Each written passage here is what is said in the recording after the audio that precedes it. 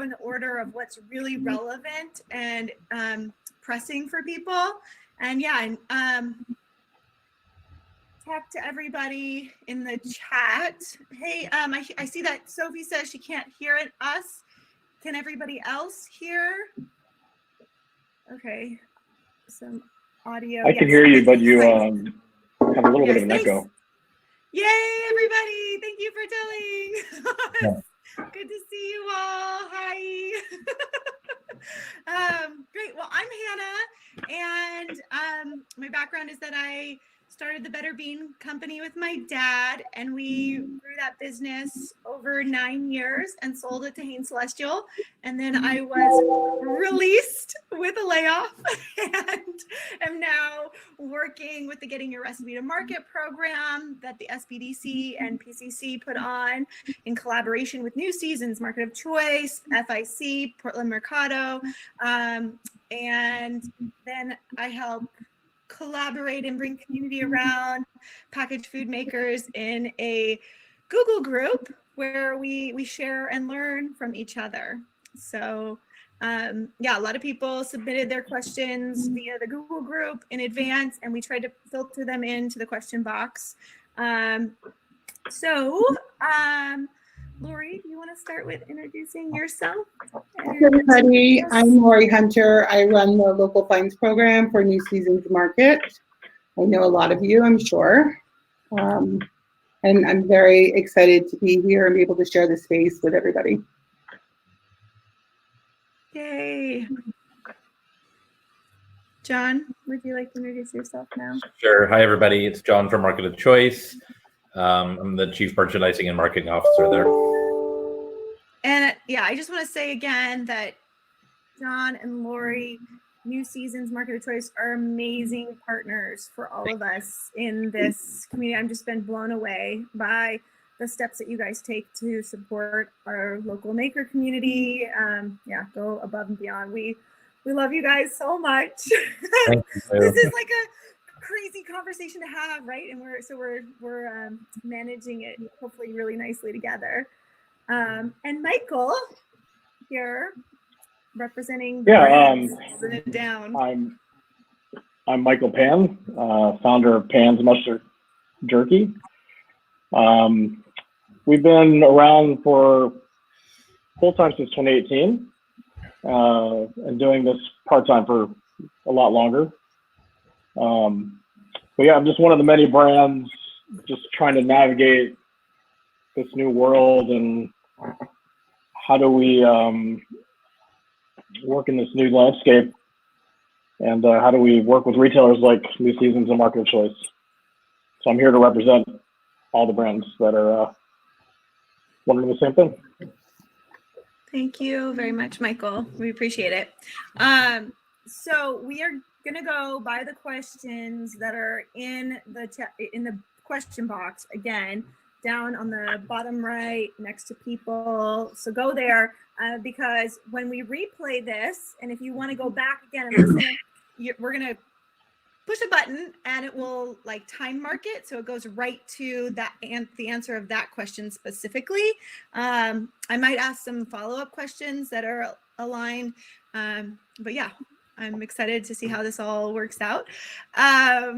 So the first question, the top question is, what's your advice for building relationship with grocery managers in this time? I routinely get reports from customers shopping in your markets that my product is out of stock, but I'm sensitive to your grocery managers being overwhelmed at this time. And I guess I'll weave in also the basically conversation around reaching out about other topics beyond just out of stocks, or reaching out to buyers that you might have been in, like if you're, I don't know if you're in communication with any brands that were maybe in mid-launch, or you were talking about bringing them on. How are you handling conversation? How are you advising brands to continue building relationships? Lori, go ahead. John, you want to take that? No, I got it. We'll both answer. We probably wouldn't have the same answer, but we'll both take a stab at it. Go ahead. Yeah.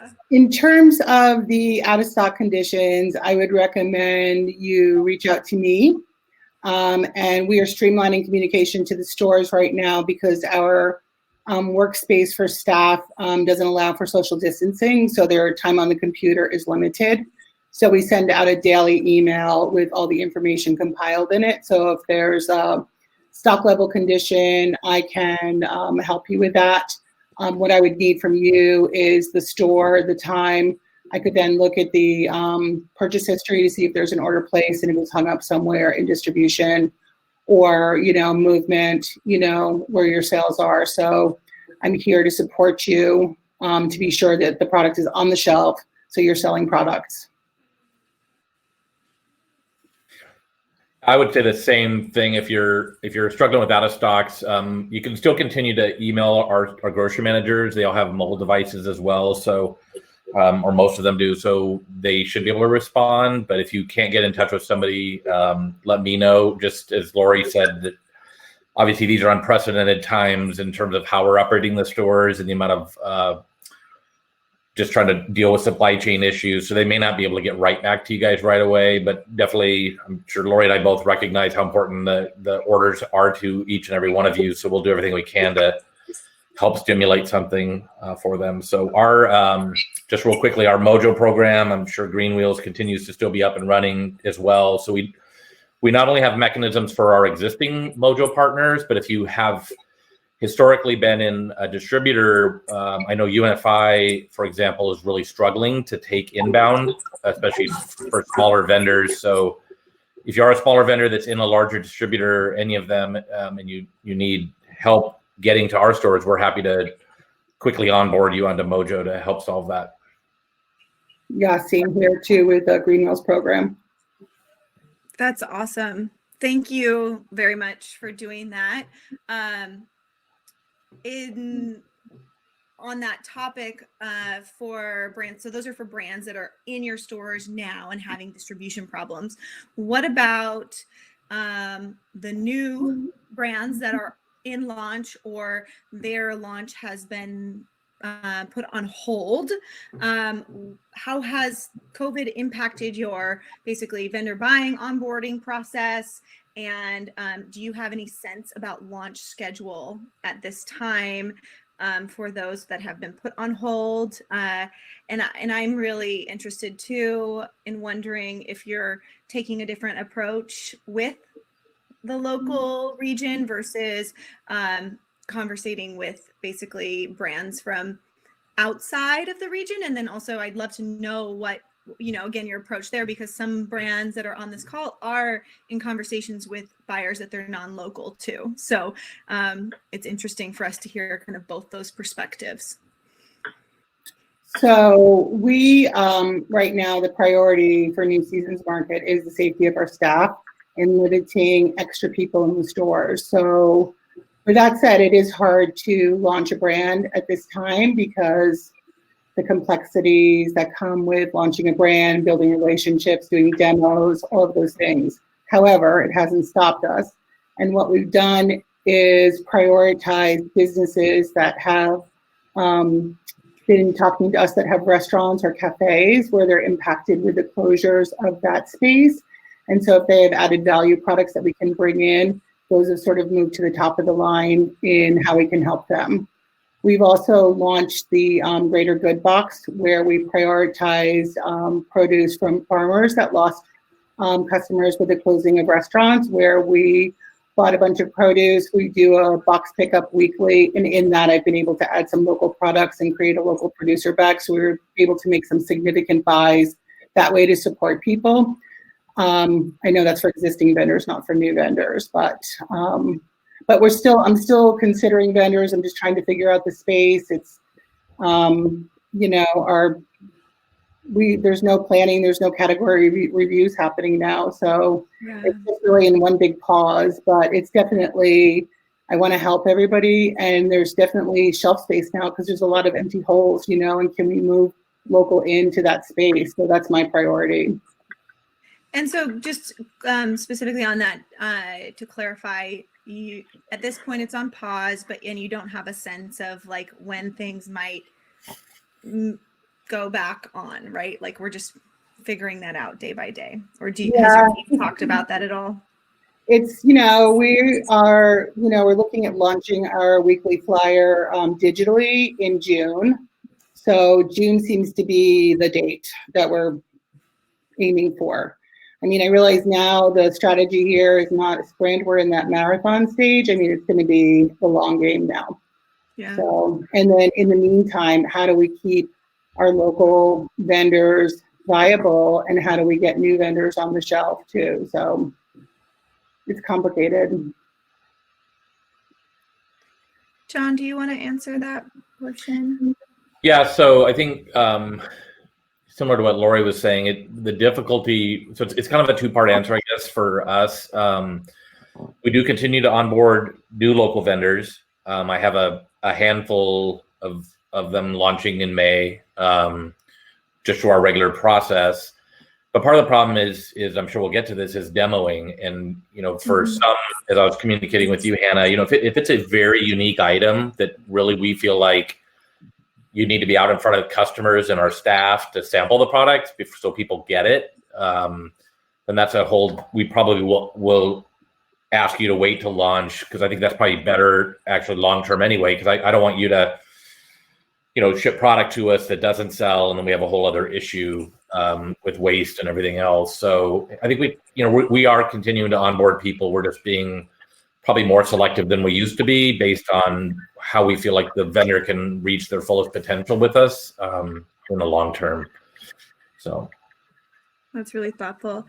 Michael, what's your experience communicating with buyers that you work with? And I know you work with buyers across the nation and have a lot of direct relationships as well. So it'd be really interesting to hear from you.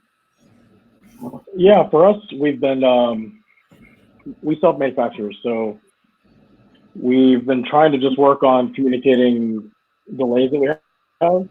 We're working with very limited staff at the moment to keep people safe.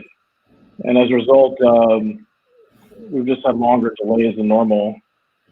So from our perspective, we're just trying to at least communicate lead times are more than usual, and just trying to make sure that they're aware we're quickly trying to catch up despite the environment. Are you getting responses? We have, actually.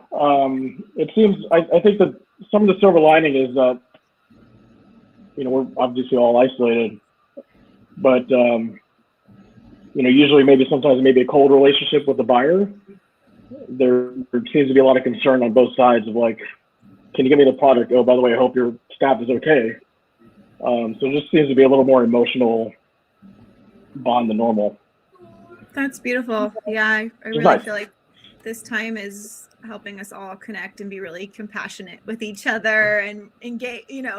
I appreciated Serafina of A Boring Life this morning was on a call, and we were talking about just, having compassion for our lives as being messy and being real, and full of kids and pajamas and, whatever. I do feel a real sense of compassion everywhere, which is really, really nice. John, you touched on demos, and that is the question that's at the top of the list right now.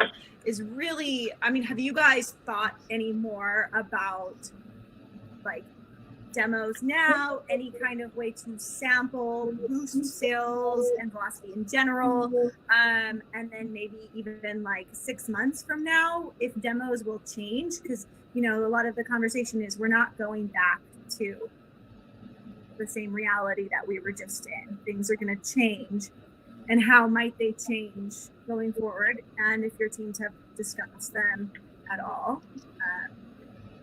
And the question also does touch on, how to again highlight and sample local products. And we're all doing a lot of online shopping, and I have some thoughts on that, but I'll save them. John, go ahead. I'm just going first every time. Yes, please. Do it.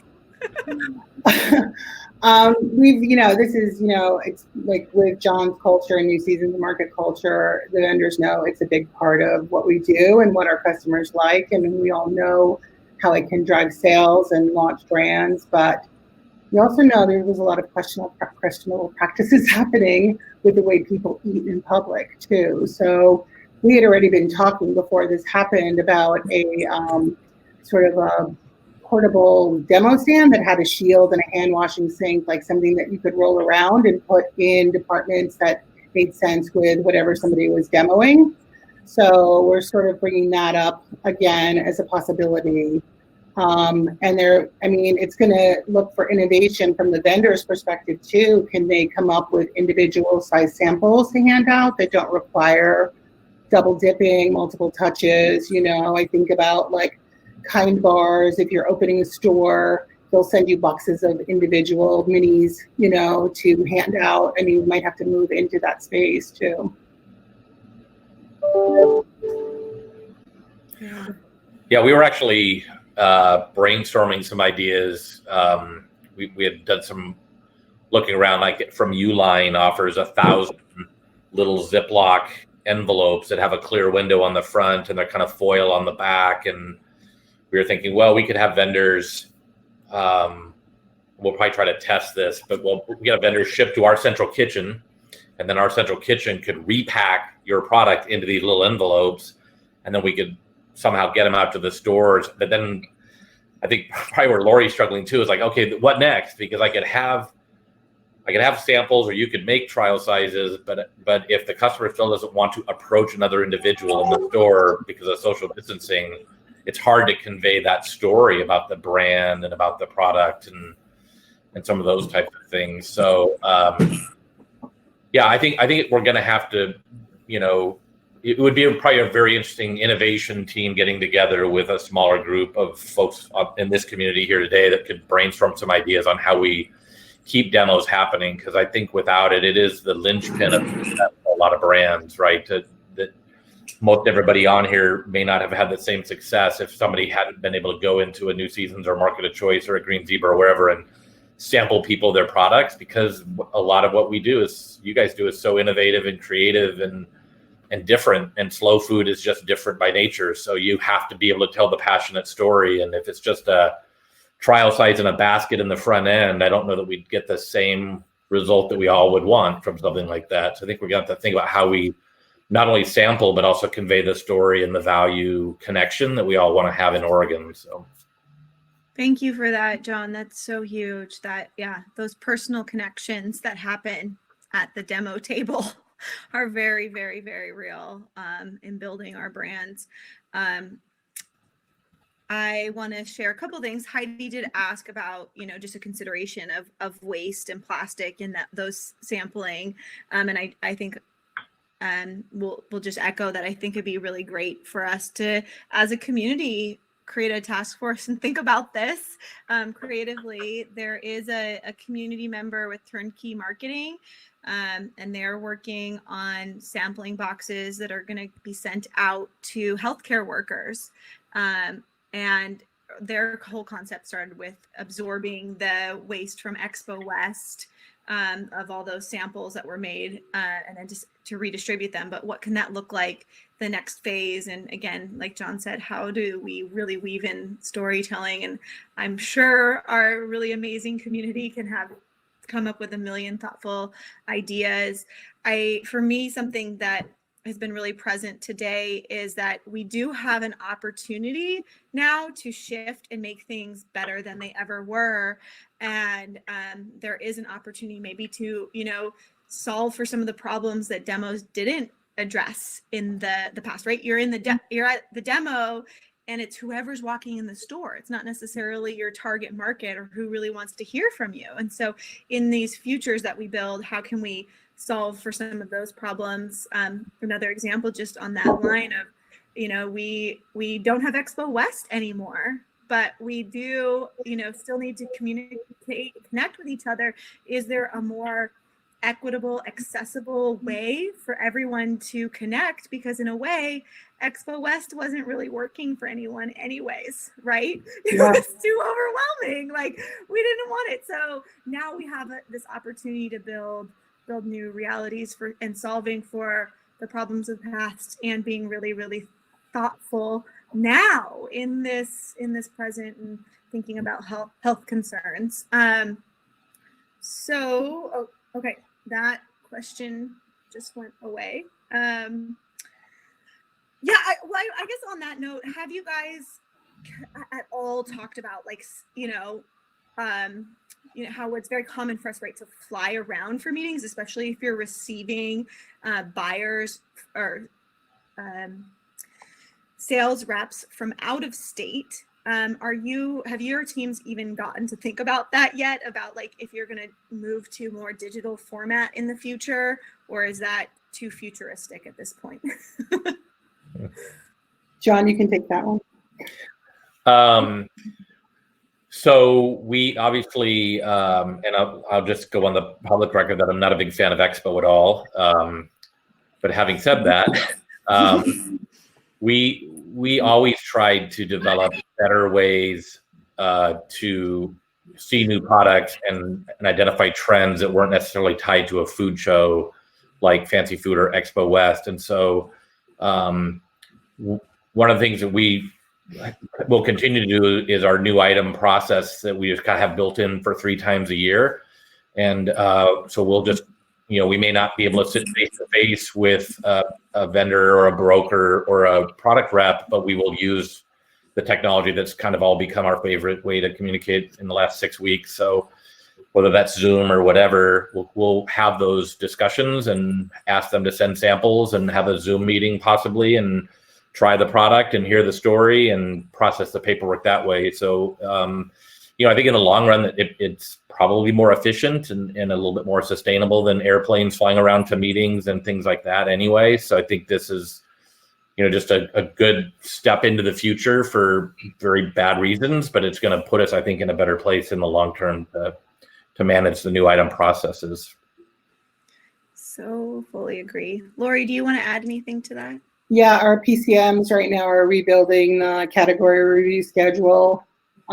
It's not completed yet because we really don't know what the future looks like either. So, but I just want to say, in terms of, Expo West and flying around, like, I don't really work in that space so much. I work in the local space, and what's happening currently, I mean, this is why I'm here. This is why we're all here, because we know that the food system is broken, right? And we have these amazing producers here. So when this happened 4 weeks ago, I looked at our business and it's like, we have cheesemakers, we have fishermen, we have ranchers, we have farmers, we have Bob's Red Mill, we have hot sauce makers, we have winemakers. Same thing at Market of Choice, right? Our business could really continue without that much impact, except for toilet paper. But somebody would make that somewhere, some here. So, like, just being able to tap into this food set here, it's like, this is why we're here. This is why we're doing this work, So I feel like that's the shift, right? That's the future of growth, like, Yeah. Yay, Lori. So much love on the chat for that. Real quick, we're a member of the Good Food Collaborative, and I know most people have been to the Good Food Mercantile, so there is some good, surprising good news coming in the future. I won't spoil the announcement, but I think there's going to be, that is the most awesome food show in the world to attend. So I think there's been some meetings I've been part of where we're going to hopefully have some really cool solutions that in some way can still go on. So, you guys, do you see any other digital discovery platforms being used by you guys or out there, or is it still best just to go to your new item section on your website? I haven't seen any platform that's launched to, like, Spins has been pretty good about sending out trend information during the COVID situation, but I haven't seen any like new item launch platform or anything like that that's come about. Yeah, I haven't seen anything either. People are, it's I mean, it's really hard for the store staff right now to be essential workers, and we're just trying to honor them and keep them safe and put in good social distancing practices, and just really prioritize their well-being, so all of these other things have really just paused temporarily as we support, the people who are going into work every day and can't take public transportation now, don't have childcare. I mean, it's really complicated. Yes, it's highly, highly complicated. There's just an article at the Portland Journal, and I have a child who's mad at my door right now. It's muting. Michael, I'm wondering, John mentioned brokers. I'm wondering, are you guys talking to brokers at all? I have seen a few things about digital sales reps and communication, and I don't want anyone to be misled, and then also maybe this is a time to pull back your businesses. Are you working with brokers? Have you pulled back on brokers? I'd love to hear about brokers. Hold on. We were, and all that conversation stopped. So all that has been on hold, but we haven't really built out a broker network in general. But we were in talks of trying to work with some regional brokers, but that all ended for now. This is Zaya, everybody. Don't tell them. Okay. Are you guys communicating with brokers? Are they in your stores helping you with shelving or, putting product on shelves, or are they just all gone? Yeah, they're gone. Yeah. We're still communicating with them, planning promotions and doing some buying into our warehouse. Just to, our normal processes. Because of the limited number of people we want in the building, we don't really have any shelf work happening right now.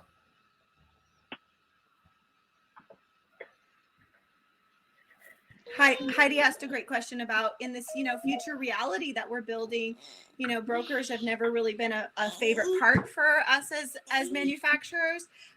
Do you think that they could potentially go away and that really brokered relationship could shift? Or what is your perspective as retailers?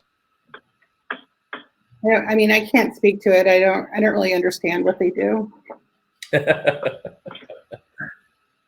I don't understand what their purpose is. They take 5%. Yeah. Or whatever it is. Thank you for your grace and understanding with my crazy little child life here. Appreciate the not understanding brokers and just really okay, you guys, we don't, we can move past that and shift and it's going to be okay. So the next top question that's here is about cash flow. And a lot of businesses are really thinking about cash flow right now. It's how we're going to stay healthy through this is really maintaining cash for our businesses. Obviously, a lot of companies that work with distributors, that is, they're getting paid via the distributor. But for the businesses that you work directly with, have you changed terms? Are you considering any changes? Anything that you can share with us there? We always prioritize the local checks. Its terms are net 30, but our accounting team gets them out first. And if people have, cash flow issues, they should reach out to me, and we can buy products. I mean, there's things that we can do. So, but I think what, in terms of the cash flow product, but what you can do right now as a vendor is build a sustainable inventory, build up your products because we don't know what's going to happen to the supply chain. And if you can't get products to make your product, then we're going to be in trouble. So now, while there's still stuff flowing, build up your inventory. Thank you. John, do you have anything to add to that? I would wholeheartedly echo Lori's thoughts. I mean, the supply chain is pretty unstable right now in terms of raw materials and ingredients of all kinds. I think there's, I forecast there's gonna be a little bit of a trucking shortage to just moving ingredients around the country. So whether you're using peppers or spices or something that's flown in, all that's going to be impactful. So if you have the available cash flow to beef up your safety stock of inventory, it's probably not a bad move. We also continue to, like I offered before, if somebody's really having trouble getting orders out and needs some cash flow, reach out to me and we can get it signed, quickly onboarded into Mojo. And we try to expedite payments as a general rule to local vendors and paid within 10 days of invoice processing by the store. So that can be a little bit different based on when they, day of the week and when the store processes the actual invoices and gets them back to us. But the other thing I would say is that, I think as a community, we just have to continue to kind of help each other too. So, there's 110 people on this meeting. So, and I know, Hannah, you have the Google group. So I think just continuing to communicate about where people need assistance. And if we can't do something, we might be able to put you in touch with somebody else that can do something to help you out. So, and honestly, Lori and I email back and forth about, hey, have you tried this cool new product? They're a really cool vendor. So just keeping the transparency in our community vibrant. Yeah, yay. Michael, have you experienced anything on the supply chain side for your business? And do you have any advice to everyone on the call about how you're handling it? Okay, or maybe we will wait on answering that question. So I would love to know, and I'm gonna inflow the next question from Heidi with another thing. It's just how are your stores doing now? Where, how are both the social distancing, physical distancing impacting your stores? I do have an understanding that overall natural products, grocery retail are up for products. What categories are doing well? Where are you seeing the sales? And then Heidi is asking in that same vein, have you seen any successful pivots in the marketplace to then address those, the categories that are doing well right now? And do you have any advice on how a small company can pivot during a time where only big companies are winning? And that's really what I think is really important to me and everyone on the call, is that we're seeing obviously those larger businesses that make a lot more of the essentials versus the smaller companies that are mid-launch or just not in as many places are losing out. Yeah, sorry, huge question. Thank you for your answers. I think the best example of that would be the distillers, the people that make liquor that have pivoted to creating hand sanitizer, right? I mean, that was just brilliant. So I think more of that, and if you're a producer of something and you want to change and do something else, like soup. We just had a vendor who made jam and she just changed over and started making soup, and we can't keep it in stock, because that's a category that's getting shopped pretty heavily now. So pantry staples are huge. Flour, anybody got some flour? Flour needs, I'll take it. Who's got it? So you're open to our community making the products that you need on shelf. 100%. Yes. That's amazing. Yeah. That is so cool. Yeah. And we need to expedite the printing of labels and all the other stuff associated with that, of course. The ODA has relaxed some of their ruling on labels too. So to help, if you're in food service or hospitality and you want to create an added value product, the nutritional panels and things, they've pulled back a little bit on those expectations too. Specifically to the soup, what do the labels look like? Are they really basic printouts? How did she do it quickly? It's 3 little figs. I'm sure she's fine talking about it. I mean, it's just, I think she had them already. It was just product that she had. And then she was able to produce the soup. And then I just bought all of her inventory. So, and it's awesome. Yeah. What is some of the examples from food service or restaurants that you're able to purchase and that are doing well? Do you have one that you can highlight? Yeah, we just helped out. We bought some of Nong sauce for her for one of our Greater Good boxes. We just went into business with Proud Mary with their packaged coffee. There's a vegan gluten-free bakery on Alberta Street, back to Eden. They were doing packaged mixes. We were able to help them launch faster than what we had planned. Yeah. Great. Thank you. John, what are you seeing in your store? How are things going in general, and then specifically the categories? And does this similar thing stand for market of choice, or what are you looking for? Yeah, I think we're all pretty similar. I mean, it's I think we're past the initial chaos that existed at first, and things have kind of settled down a little bit. The weird things that have happened for grocers, I guess, is that there's no longer any traditional day or time people shop. So it kind of used to be, let's say Friday, Saturday, Sunday were the busiest days. Now kind of every day is the same. We used to have lunch rushes and dinner rushes, and now we don't. It just kind of gets busy in the morning, and you kind of just stay relatively busy until, the evening hours. People tend to kind of start nesting again at 6 or 7. So we get a little bit slower at that time. We're probably seeing less frequent visits from people, but more stock up trips when they're in the store is happening too. There's definitely been a shift from some of the service departments into the center of the store. I think part of that is, Lori's talked about flour, and I mentioned the baking category. So obviously our bakeries in certain categories aren't selling as much as we used to, because people are making that at home. So they're making a birthday cake at home instead of picking it up at the, market choice bakery. And definitely it's been an interesting to watch people shift back into kind of just this pantry safety. Mm-hmm.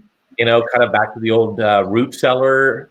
Pickling is up. We're selling a lot of canning jars, and just I think people just like to. It's a craft. It's a task. It's something to do. They're learning a new hobby, and it's food, and so it's kind of a really kind of cool ecosystem for their own home. So we're seeing a lot more of that happening too. So.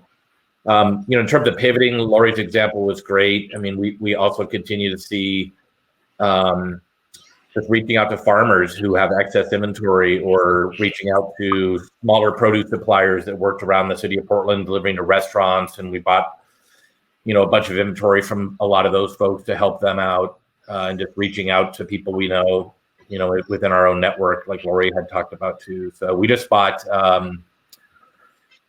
4,000 pounds of Langdon Farms wild rice out of Southern Oregon, down by Eugene. So Lori, I probably need to put you in touch with them. But little family story, if you've seen our Instagram post, and they literally came to us before COVID started, and they used to grow grass seed, and the grass seed market was just pretty unstable, and they had this part of their property that always flooded. And so somebody told them, like, why don't you grow rice seed in there and see if it'll grow? And they did, and then.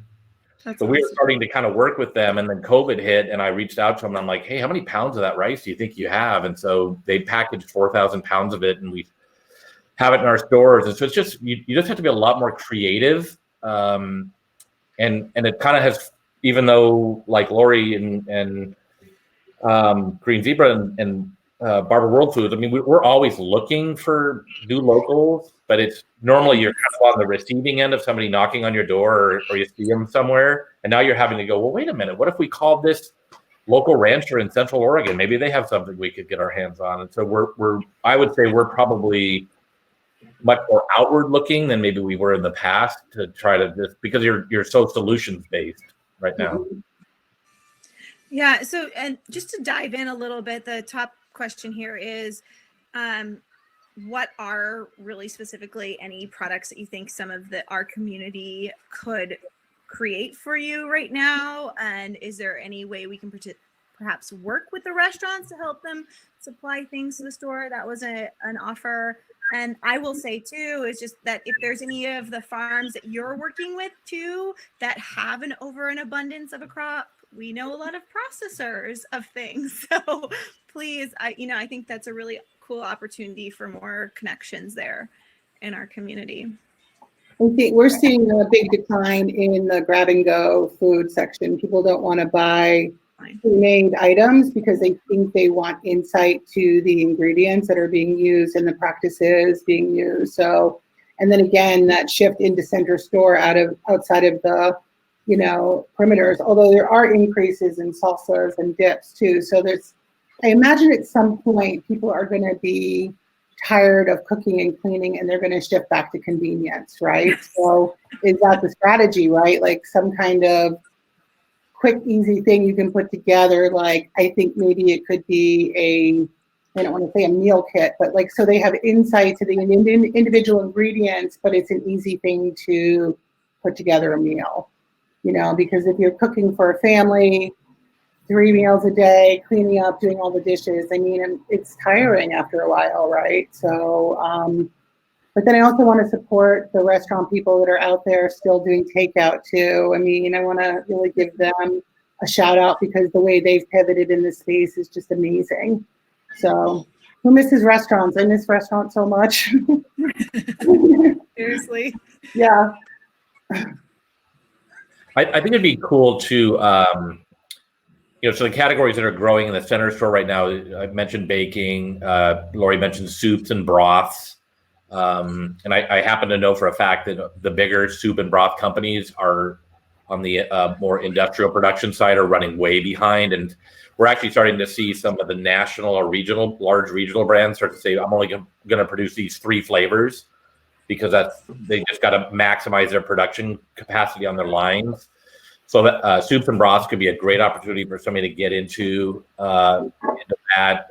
Dried rices, rice blends. Pasta was an issue early on. We seem to have gotten caught back up on that, at least for now. And then,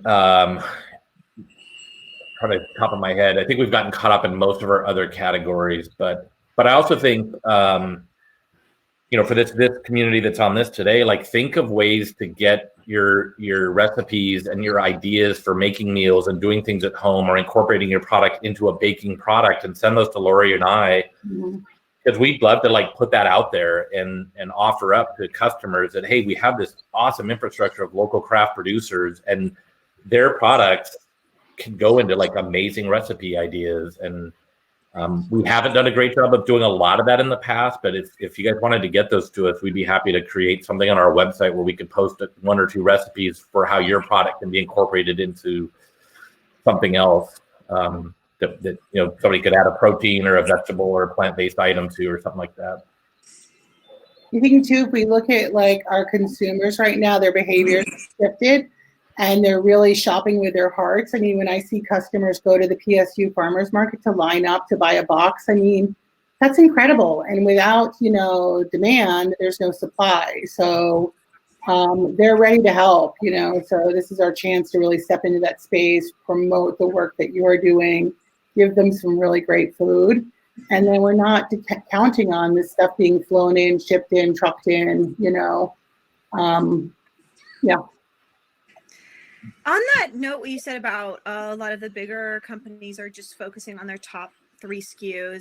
I'm wondering, Michael, have you considered SKU rationalization at all with your product? Are you hearing it from other retailers? And then I do really want to flow that back then to Lori and John about, if you're seeing that from the big companies, I really do feel like that's, perspective of mass scale, working with co-packers, huge production lines, and focusing on that 20% of your products that make 80% of your sales, right? But is it different for our local? Is it different for our small specialty food makers, the people who can make a diversity of products more nimbly? So yeah, Michael, you want to start off? Yeah, we only have 4 SKUs at the moment, so we really haven't. I guess we haven't been pressured to lower our SKU counts. So that hasn't really affected us. But I guess to speak earlier on what Lori said about kind of meal prep and how you incorporate into that, I think we've seen I'll just say we've also seen that same type of growth from the meal kit side, and interest in how they incorporate our product into whatever salads and made at home mac and cheese, whatever the kit is, and we've been finding a lot of growth in those categories for us. So cool. Lori, have you asked any brands to cut back on SKUs? The ones in the grab and go set that we were throwing away food, which nobody wants to do. So we've asked them to focus on top 3, which helped on their production side. So that was a win. Another vendor stopped making, they did a raw plant-based ready-to-eat product. They're going to make a dip and a granola now, which I'm going to buy, and then serve a bar to just sort of keep them in business. And then there's like Higher Taste. They were seeing a lot of waste, so they're doing frozen burritos now. Are you bringing those in, Joe? No, I'll send them your way. So like moving out of that ready-to-eat space to the frozen space too is helpful. Very cool. So like literally just if you had something grab and go, put it frozen and people will buy it. Is that a health fear? Is it because people are like worried about like sneezing human contact, or I just think they don't understand the psychology? I don't think they need something on their lunch break anymore, right? They're home and cooking's an activity. It's a huge shift in how people are working with food. And it's a good shift too, Mm-hmm. Yeah. John, do you have anything to add on that? No, I think like Lori said, there's a lot of occasions, like I mentioned, the day parting of sales. There's just a lot of occasions that aren't happening any longer. So people are cooking meals or making things at home, and then they have their soup for 3 or 4 days or whatever at home. And so some of those grab and go product companies have had to kind of shift or pivot into doing different things because we're just that lunch rush type thing has kind of disappeared. So. Yeah, I have witnessed just from Better Beans specifically that there's no longer hot bars. So a big revenue stream for us is now dialed way back, and but other ones are dialing way back up. So it's really interesting times. So the next major question up here is from Shannon. Hey, and she says that articles this week are suggesting grocers might limit customers to pickup and delivery only in the future, and instead of it's not saying that right. Instead of in-store purchasing, do you see this in the future of your businesses? Doing like a ghost grocer as well. Has your team considered that? We have a partnership. We have online shopping with Instacart, which is a third-party business. And so I've been working diligently with them to be sure the local products are represented on there. And it's all based on algorithms too, like what people click on, and that's what moves things to the top of the search engine. So, but we're making sure there's good photography, the top 3 SKUs are on there, so it's still accessible for people to buy through that online shopping portal. I don't know. I mean, that's a tough question. I've been thinking about it too, because I like to see my food. I want to pick out my vegetables. I don't want someone else to pick out my avocado for me. So I don't know if that can happen. But then at the same time, even though we have stringent social distancing practices in place at New Seasons Market, there still are customers that come in to buy 1 or 2 things, and that really upsets our staff, and even though it's a possibility somebody can't afford to do like a big basket shop, but at the same time, they know the regulars, the customers, and they just feel like it's putting them in danger. So, and I know that that's where that movement is sort of coming from, is from the grocery store staff asking that to just go to delivery only. Yeah. I hope it doesn't go to that. How are your staff doing? How are they feeling? How are you, how is everyone? They're freaked out. I mean, it's scary, I mean, they feel good with the limited hours, the We put aisle signs up so people can only go down one direction in aisles, the plexi shields, they feel very supported from us as a company. It still feels strange that they're considered essential, Yeah.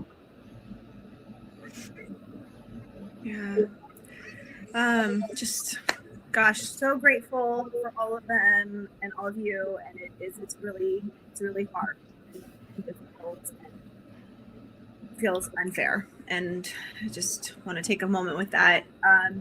A question that came up, kind of back to the supply chain question. So Michael, maybe you can opine on your supply chain if you're experiencing any delays or price shift. You really want to focus in on change of pricing. And if you are experiencing any vendors that need to change their pricing and how you're responding to that, if you're open to that at this time, and what that process might look like, because some of our local community members are certainly seeing that their ingredients are going up or that their efficiencies are going down because they lost their food service accounts and they are changing pricing. So I'd love to know if you have any feedback on that.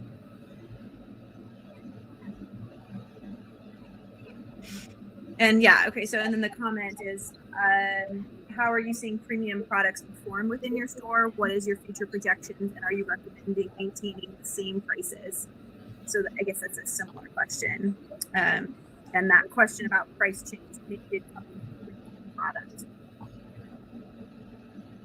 So can't hear. I think it's breaking up. Could you repeat that?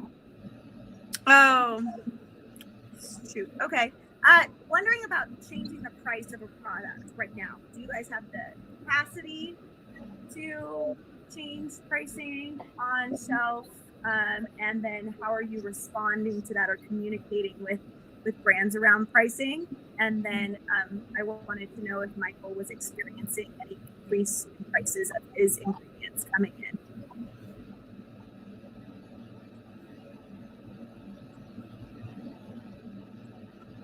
Am I all messed up? I can hear you too well.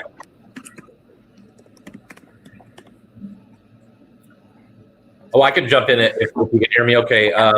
Just relative to pricing, the first, I would say I've been disheartened by the national players pulling back deals and trying to raise prices. We've shifted and discontinued some larger vendors because we can't believe they would take that step during this time. So, obviously Governor Brown has put in a declaration on price gouging, and you're not allowed to raise a wholesale price or a retail price for more than 15%. There are some caveats built into that, but so we haven't experienced a lot of significant price increases. I expect them down the road to be coming because of the long-term supply implications that I think are going to exist in ingredients and raw materials. We'll have to just see how that plays itself out, but we haven't seen any dramatic cost increases. And I just, kind of everybody probably needs to read that Governor Brown declaration just to make sure they're following those rules, because they're pretty active out there in terms of the Department of Justice for the state looking into problems and stuff like that.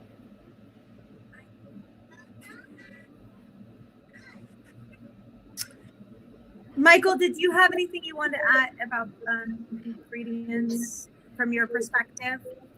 From the supply chain? Yes. All right, sorry. I finally pieced it together. We haven't seen any price increases quite yet, but what we have seen is definitely this delays. And I'm sure, like a lot of brands, we order just enough what we need for cash flow. And I think lately we've been very much trying to build, as I think Lori or John mentioned, just trying to build ingredient inventory as much as we can.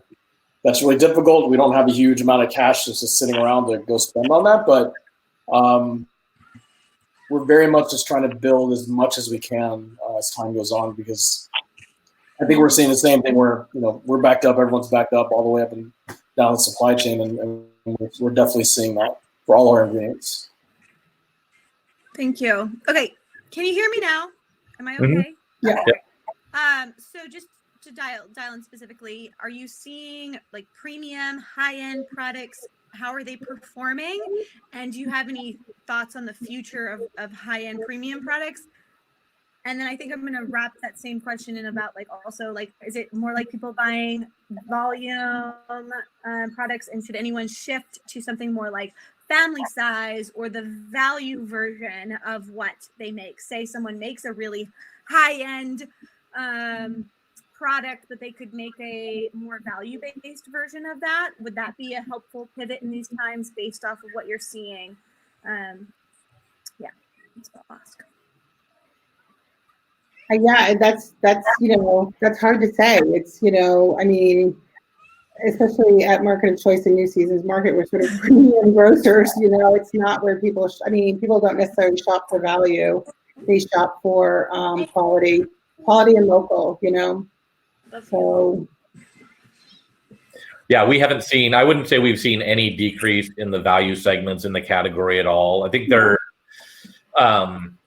as a supply chain in a certain category might tighten, the only option may be a value brand. And I have also seen that customers are not afraid to buy the value brand. So when canned beans became a major issue early on in the kind of the COVID event surge, we were able to replace that with some direct product that we already had in our warehouse, luckily. And then we were able to source some other truckloads that we got our hands on. But then we also found some value positioned organic brands that we just were able to get them onto the shelf very quickly. The same thing happened in pasta. We went to a lot of the local restaurant suppliers who no longer had restaurant business, and we just said, how can we help you out? So we bought some meat, we bought some pasta, we bought some other kind of staple ingredients, and they didn't necessarily fit our optimal attributes of products that we're normally searching for, but we were able to get them and throw them on the shelf as just an option, and customers didn't seem to hesitate to buy them. Right. They just like, oh, you have canned beans? Great, I'm buying them. If that's all you have, I guess I'll get that. I normally wouldn't eat that, but now I'm going to, because it's the only thing you have left in the category. So we've seen kind of that side of the spectrum more than a decrease in premium. Mm-hmm. Fascinating. We have just a few more minutes here, and I'm trying to go deeper into some of the questions. And I do think there's one here that is almost like a sensitive issue, is that a lot of our brands are launching direct to consumer parts of their businesses, where they're doing home deliveries, where they're exploring e-commerce more. They're kind of doing what they can to keep their businesses working, and that puts us in competition in a way with you as our retail partners who we so love and appreciate. How do you view that?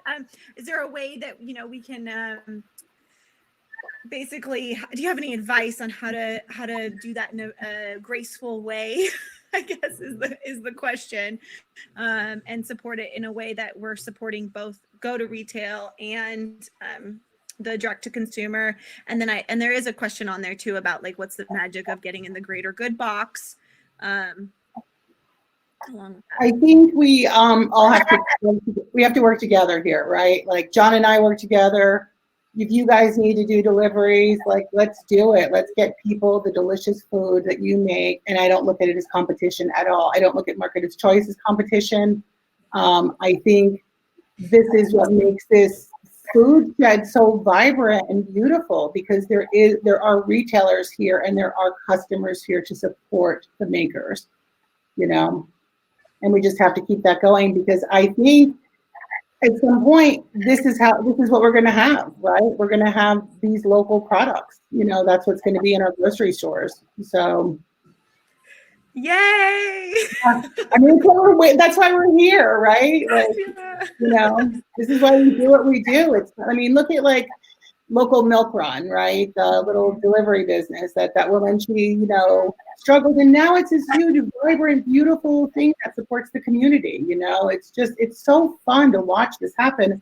Unfortunately, it's happening in a really tragic time. So that's the negative part. But yeah, it blows my mind that we have so much beautiful abundance here in Oregon.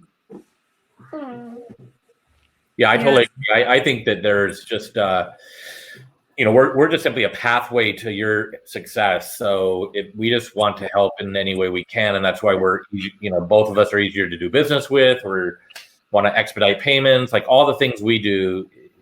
It's not done in any kind of a competitive nature. And so if you have an online business and that helps you, I look at that just as a way for people to get trial, and maybe they will come into a market of choice for a new seasons and pick up the product. Or my hope is that you're also, when you sell online, maybe you still have Oregon employees that are working for you that run that business. Maybe you're sourcing from another Oregon business some packaging or some ingredients, or maybe you're supporting a farmer or a rancher through what you do. I mean, that all just creates kind of the vibrant economy that we're all trying to promote, and community we'll be part of. So yeah, I think go do it.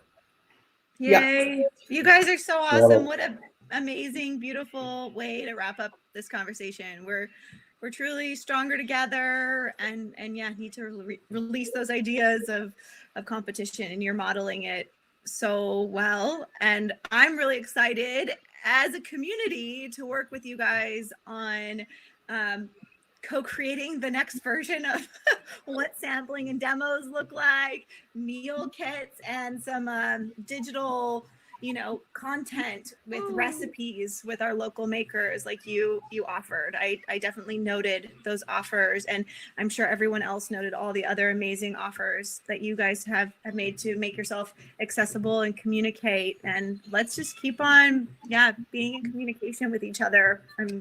I'm so grateful. And You're welcome. Thank you. To you guys. Thank you for all the work that the bakers do. I mean, that's what this is all about, I mean, supporting you and your work, and, let me know if you need anything. So.